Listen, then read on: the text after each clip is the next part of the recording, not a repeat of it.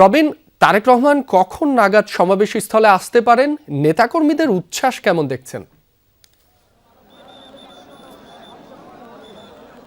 রাব্বি, আসলে এই সমাবেশটি অনুষ্ঠিত হওয়ার কথা রয়েছে বেলা ঠিক 12টায়, কিন্তু তার আগেই এসে পৌঁছতে পারেন বিএনপি চেয়ারম্যান তারেক রহমান সমাবেশস্থলে।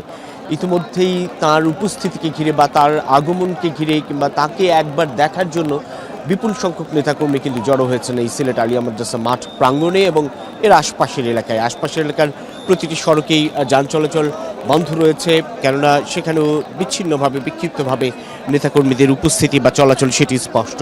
এবং গতকাল রাত থেকেই আসলে অনেক নেতাকর্মী সিলেটের নানা প্রান্ত থেকে, সিলেট জেলার নানা প্রান্ত থেকে এসে এখানটায় রাত্রি যাপন করেছেন এই মাঠে, এই সমাবেশস্থলে। যদিও এটি নির্বাচনী সমাবেশ, কিন্তু তারা স্মরণ করছেন তাদের দীর্ঘদিনের সে আন্দোলন সংগ্রামের কথা, নিপীড়নের কথা, যে সময় তারা নানান ঝুঁকি নিয়ে বিপদসংকুল পথ পাড়ি দিয়ে নিজেদের আড়াল করে আত্মগোপনে থেকে তারা নানান ধরনের কর্মসূচির মধ্যে দিয়ে সরকার বিরোধী আন্দোলনে সক্রিয় ছিল। সেই সব দিনের কথা মনে করছে সাধারণ কর্মীরা। তারা ভাবছে যে আসন্ন নির্বাচন, সেই ত্যাগ এবং সেই প্রতিশ্রুতির কথা আরও একবার উচ্চারিত হবে বিএনপি চেয়ারম্যান তারেক রহমানের হাত ধরে, তাদের দলীয় প্রতীক ধানের শীষকে বিজয়ী করার মধ্য দিয়ে।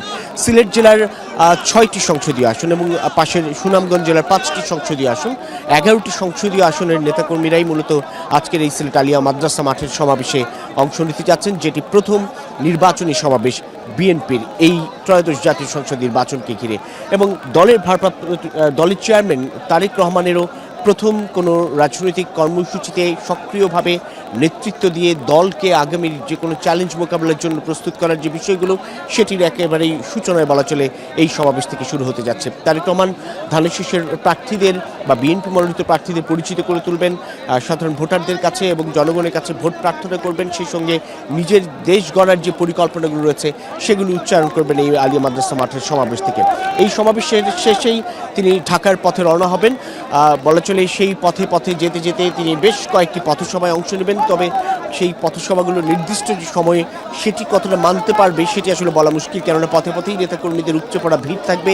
সেই ভিড় ঠেলেই তিনি তাকে এগোতে হবে এবং বেশ উচ্ছ্বসিত উজ্জীবিত ধানের শীষ প্রতীকে নির্বাচনী বৈতরণী পার হওয়ার জন্য সাধারণ তৃণমূল নেতাকর্মীরা তারেক রহমানের এই সিলেট আলিয়া মাদ্রাসার মাঠের এই সমাবেশের মধ্য দিয়ে।